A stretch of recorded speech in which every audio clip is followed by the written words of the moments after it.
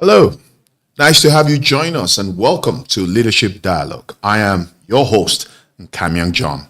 It's a privilege that you can join us on this crucial but very important discussion today. Our nation, Nigeria, is a vibrant democracy built on the fundamentals of rights of its citizens. Amongst this, the right to peaceful assembly, freedom of expression stands paramount. Yet, recent events have sparked a crucial conversation about the delicate balance between national security and these essential civic freedoms. So, perhaps a subtle graphic of recent headlines relating to the protests in Nigeria fades in the background, but of course, giving you an insight into what has transpired this week as we have witnessed varied response to public demonstrations, from the calls for free Nnamdi Kanu now protests to reminders of NSA's anniversary. There is a palpable tension in the air. Reports have emerged detailing a heavy-handed security response, including alleged arbitrary arrest and, disturbingly, even assaults on journalists attempting to cover these events.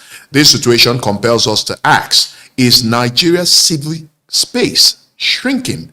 And what does this mean for democracy? At this point in time, I'd like to introduce the gentleman who I will be having this conversation with, in the person of Osigwe Ahmed Momo, who is a legal practitioner, an author, and of course, a public commentator. Momo, it's great to have you join us on Leadership Dialogue. Thank you very much. I'm glad to be here. Now, Momo, it's been an interesting week, no doubt, and I know you've been following events as they have continued to unfold. But let's look critically at the developments and the various dynamics that have played out with regards to all that has happened, by understanding the legal framework and current challenges with regards to today's conversation. Now, Mr. Momo, let's start with the basics from constitutional law perspective. Unfortunately, I'm happy that you had done an article on this subject in 2019. Yes, and I want to also understand if the dynamics have shifted from when you wrote that article in 2019 and what is happening in 2025. So from a constitutional law perspective, what exactly constitutes civic space in Nigeria? And what are the fundamental rights guaranteed to citizens regarding peaceful assembly and particularly protest? Well, it's a lot. The Constitution is very robust, protecting the rights of every Nigerian to, freedom of movement, freedom of association, expression. All these are embedded in the concept of protest. So our Constitution is very clear. Our Constitution makes it easy for a Nigerian or any Nigerian to come out, or maybe anybody in Nigeria, to come out and protest, express his mind to his best of his ability.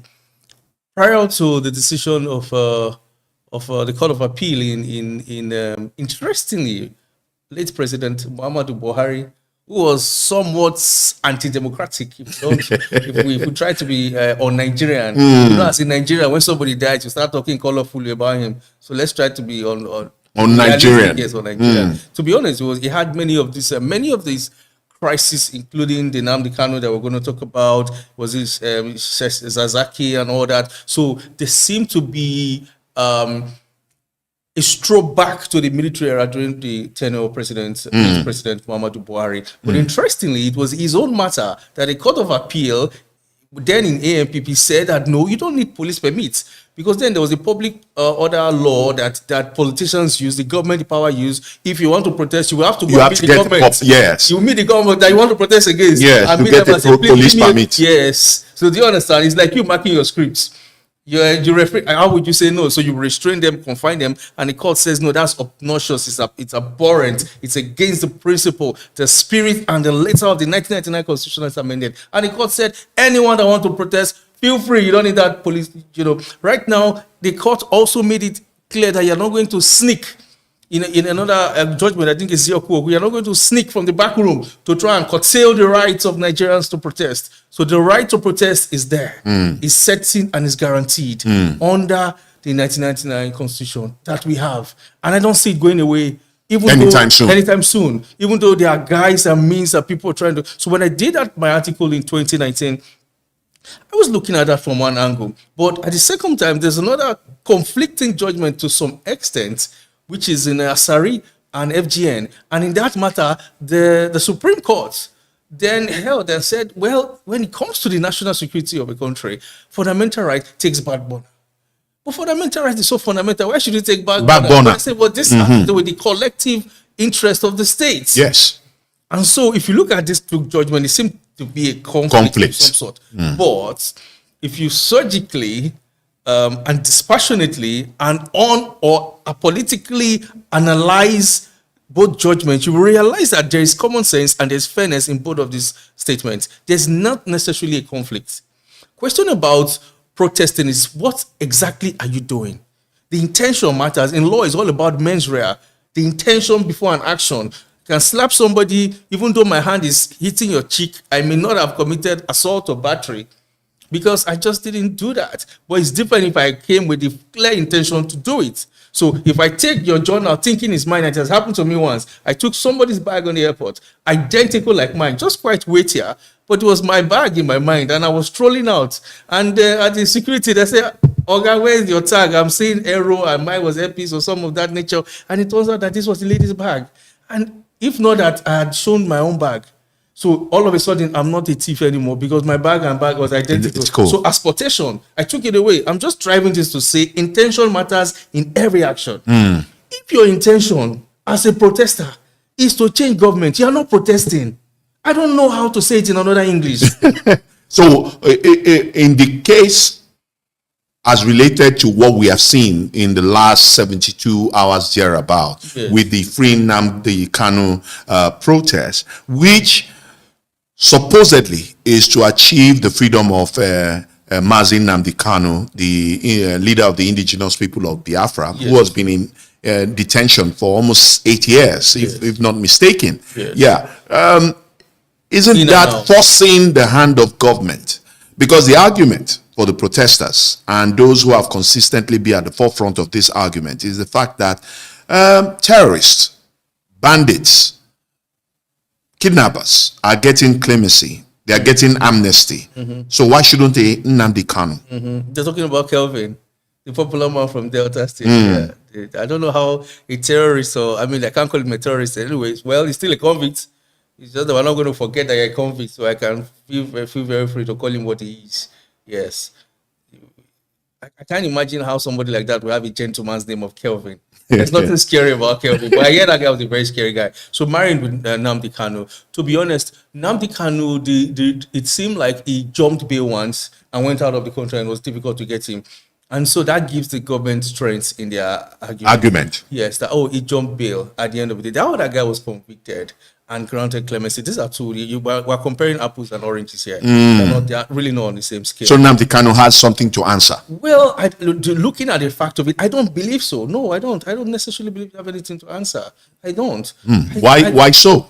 Because it's asking a legitimate question. Can my people leave Nigeria? Did they burn me and you together? That's a question that should be asked. And it should be answered either yes or no. You shouldn't bully somebody to ask a question. He's asking a question.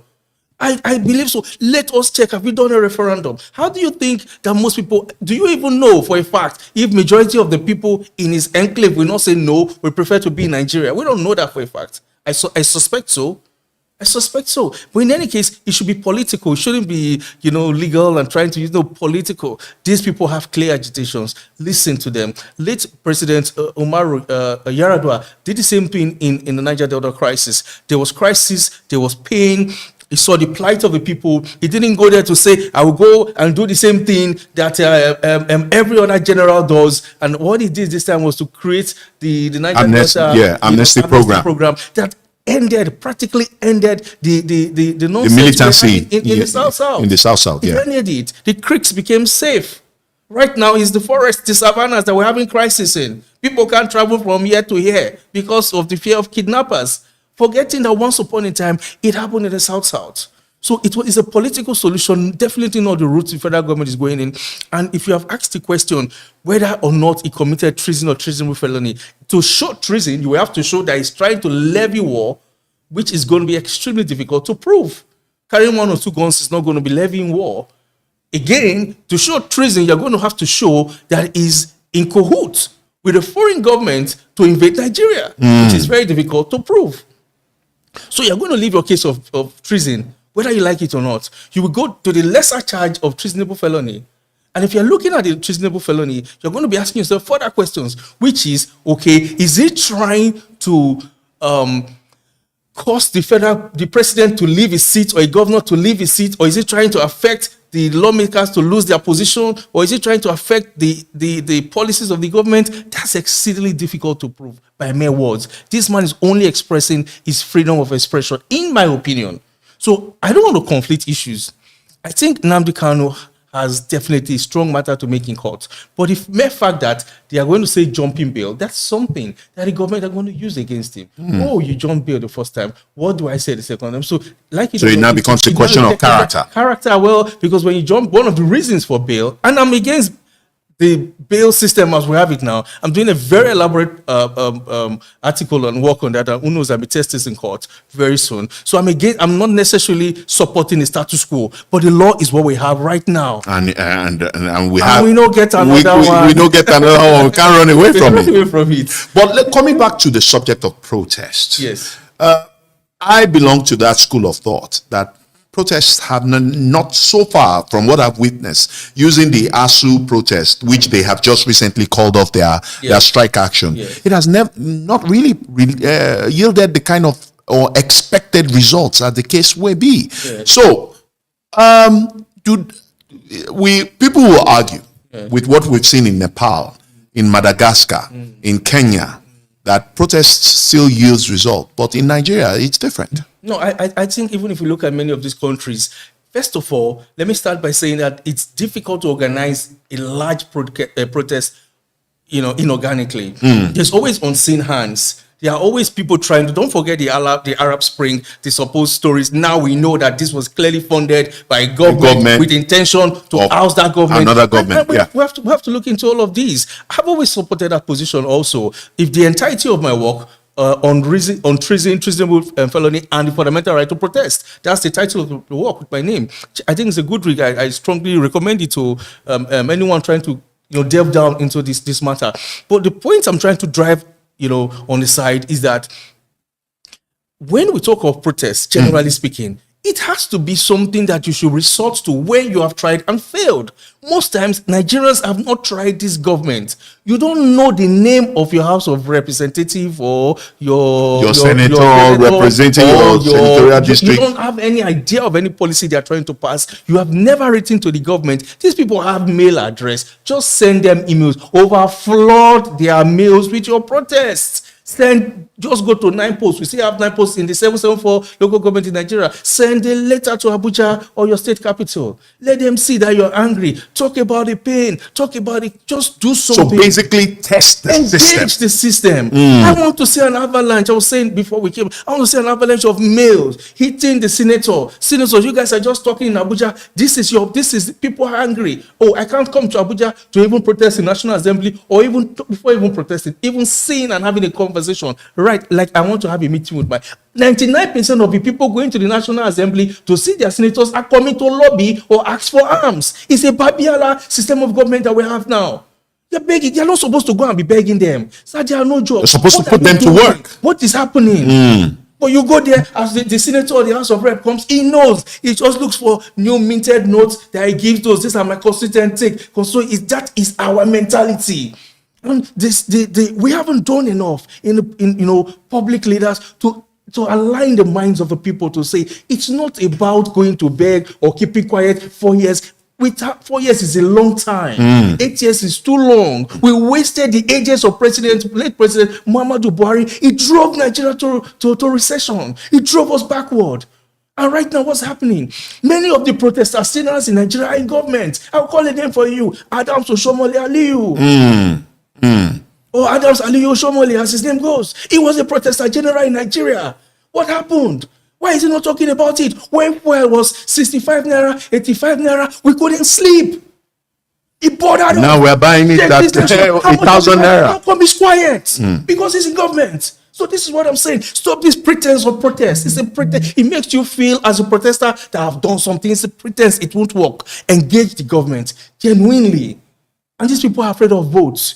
And they know that most of the bulk of the Nigerian electorate are very docile. They are not active. They are not interested. They can't do anything really that costs them something to effect change. That's why they can take you for granted. If indeed they know that this person writing to me, he will vote. I keep saying, rigging of election, aside with violence, I understand violence. When they bring those thugs, like happened in Kogi State, which is one of the worst states right now when it comes to election violence. It's been like that maybe in the years of Yaya Bello and co, and maybe slightly before, after. I can't really explain. But that state is one of, and maybe Delta State pockets here. Even what am I even saying? It happened in Lagos the last time. Yes. Forgotten the touts threatening those who are not from their ethnicity with. So I'm saying, aside violence, I get it. But generally speaking, the point I'm driving at is that it is exceedingly difficult to rig an election that you lost landslide.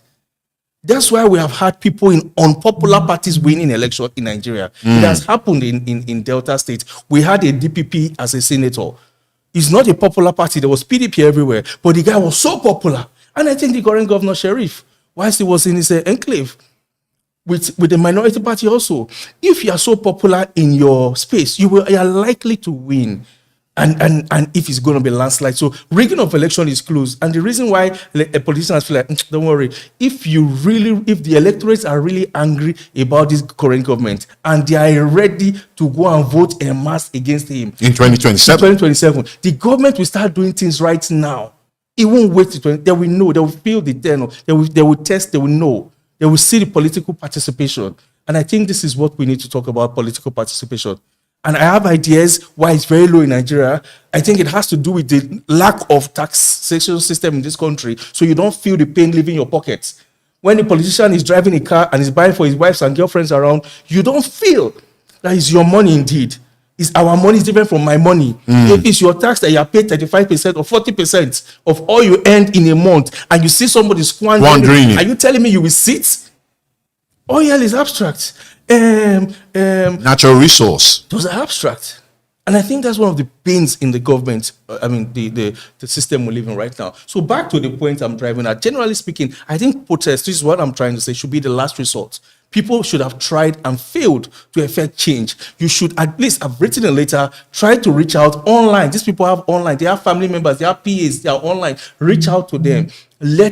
Put your voice out there and fail. Then you will come out to protest. But some will argue that in the case of the Nnamdi Kanu, Free Nnamdi Kanu Now protest, you've had honorable members like Honorable Agwocha from Abia State, who recently almost had an altercation with the Speaker, Tajuddin Abbas, on the floor of the Green Chamber with regards to freeing Nnamdi Kanu. We've had one or two senators also voice, even the Deputy Speaker of the House of Rep, Benjamin Kanu. Of course, people will say it's because Nnamdi Kanu comes from their state. But the fact is that that argument will be that the system has been tested, but Nnamdi Kanu still remains in incarceration. Yes, so that's a very strong point. It means that people in government are speaking. But I'm talking back mostly of those back home, those electorates. Like, I understand this protest. I don't know the volume that I gathered, but indeed, if any government sees, if this present government president, who is a politician, some people argue that this may be the first thorough politician that have ever ruled Nigeria. This is a career politician, so he knows this game. He understands numbers. If he gets a certain amount of people who are out loud protesting and are putting it as a bargain chip to say not to, now you're seeing your governors defecting unnecessarily to his party. With what? With what? If those people know that if you defect, you lose. Yes. Our only bargain is free Nnamdi, or the next election you are losing. Believe me, I'm sure there'll be a political solution to this very fast. But these people don't really care about the electorate. Do you think that these governors in the southeast who are defecting to APC genuinely consider the electorate? They don't. It's happened in Imo. They can see it works. Do you get what I mean? Regardless of how it is, like once you throw a little bit of people would not really, they don't really send which political party you did like that. They just want to know this is a government who is sharing money, blah, blah. I feel that if they can, and the president can guess, if there's any person who have ruled Nigeria that can guess the pulse of Nigerians, is this president. It's quite brazen because, well, it feels like he has his machinery around. Yeah. But I feel like if it comes as a bargaining chip, in summary, I think Nnamdi Kanu should be a political solution. We should also be very careful because as much as we may play with this, I'm not one of those people that supports, military intervention. And I think the times we're walking around right now in this Sahel region is dicey. It's dicey, yes. Dicey. And we don't want any unnecessary protests that our detractors in foreign countries will throw a lot of naira and dollars and all other currencies, who knows, maybe rubles or something, and then Nigeria start crumbling. We don't want that. We don't want, as bad as it is now, at least we can be angry that 8 years later, at most, any monster will leave office. We don't want that perpetuity. We don't want that crisis that comes with, military intervention. Rule. Yeah. And I think that the government has to be very careful with not trying to be too strong. If this is what they want, give them. Don't hold on to unnecessary things, because I'm saying these are unnecessary fuel. Let's try not to throw fire inside them. Let's manage the situation for the Nigerian people. We as electorate, they as the leaders, the government, they have a role to play. We have to be careful to make this country work. Because things are not... Now, so the framework is clear. Yet the primary source of conflict between the state security apparatus and citizens exercising their rights. Yes. So yeah, it's almost like you're very right. I like that question. I like how it was coined. Very important. Yeah. So it got me thinking about it again. And even though that's basically what I'm saying, so there's a little line that we'll look at, and it dwells into treasonable felony. Are you protesting because you just want to? I just want to express my feeling is different. Let government know that I'm angry. Let them feel the pulse of the people. Yes. That's right. Am I protesting because I want to force government to change? I want to insist, because this government is elected. You have your representatives. You are the people. The laws are supposed to be made at the National Assembly, right? So you ought to change things there. And they now reflect to the government. The executive just implements. The legislative make this law. So if you have a law or a policy that you don't like, you should go through the legislative arm, try and move it. If you are trying to oust all that and forcefully get the government to do your, we are no longer protesting freely. It's now a crime codified in the Criminal Code Act called treasonable felony. And there's a thin line, and we should be aware of it. And it shouldn't be that anytime the line is being crossed or the line has been blurred, that you play into the government and say, government is this. And how blurred is that line consistently? Intention is where I drew my line from. And that's why I started talking about taking the box of somebody else. Once the intention is missing, once we can infer, once we can see that you have had meetings here and here, your intention is to topple this government, for example, your intention is to create havoc in this country, is not necessarily to get to express your pain, to show government, then intention is all that matters. And it is hard job for the federal government. Thank God we pay a lot of money to our security agencies to do their investigation, and it's always hard on them. But painfully, we have a system for example, why should Nnamdi Kanu be 8 years and you want Nigerians to be comfortable in any legal system? Why is it not 8 months? Why can't it be done fast? Why the protest should even be get this justice done fast and let's see it. It should be into the judiciary, not necessarily the So the protest should be fast track Nnamdi Kanu's case. If need be, let it be on a daily. Yes, let it be on that. It should be day to day according to ACJA, the Administration of Criminal Justice Act. There's applicable in this matter. That's how it should be. Do you get? So that should be the protest, the longevity of matter. And secondly, it should never be that as soon as somebody is arrested, the person is now at the mercy of government asking for bail. Why? I'm still free. You have not proven a case against me. Why should I be the one to apply for bail? That's the entirety of my argument I was talking about. It should be you that will bring reasons to show why I should be held. The convict person should be held. You have that onus to prove that this person won't leave. I don't have any onus to prove that I'm a good person. I will come back to trial. None of your business. Look at what happened in France. Sarkozy walked to prison. Exactly. After it was amazing to watch. And that's how it is in every other country. Civilized. You don't arrest somebody automatically in Nigeria as soon as you have a police allegation. Start looking for a lawyer. Start looking for money for shorties. What kind of crazy country do we live in? And you want people to trust your criminal system, criminal justice or injustice system? as was written by a very elaborate author not so long ago. So these things happen here. The crisis is a lot. I'm not speaking so much on the side of government. I'm not speaking so much on the side of the people. Of the people. I'm just saying the law as it is right now is there. And the law makes sense. We may want to say because we have many bad actors in government who are going to use these laws to oppress the Nigerian people, and as such, let's throw away the laws. But I don't think all that augurs well for the country in entirety.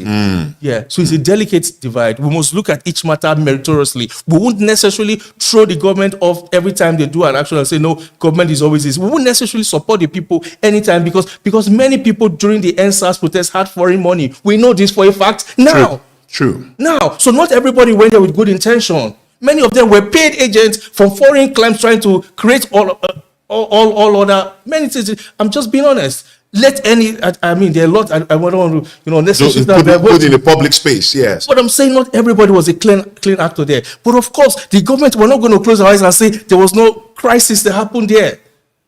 People died. Don't lie to us. We won't forget it so easily. Do you understand? It was a painful thing, but was it preventable? And that's why I talked about the crisis of the former presidency. Late, he couldn't manage a lot that happened that time. And, painfully, Nigerian's government is always a matter of force.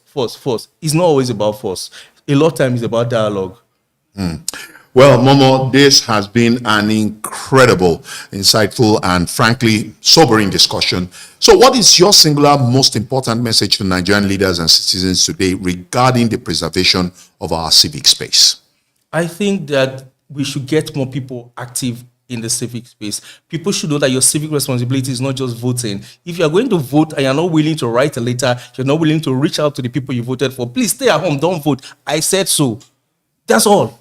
So you're not just going to vote and just get, I vote. Is that enough? No, it's more than voting. Engage the people you have voted for. Let them know you're here. And stop coming to Abuja or your state capital looking for barbarian mentality. Stop collecting money from politicians. You are worse than the politicians who are giving you money. And that's our pain. If we stop monetization of politics right now, we will have a separate crop of people in government.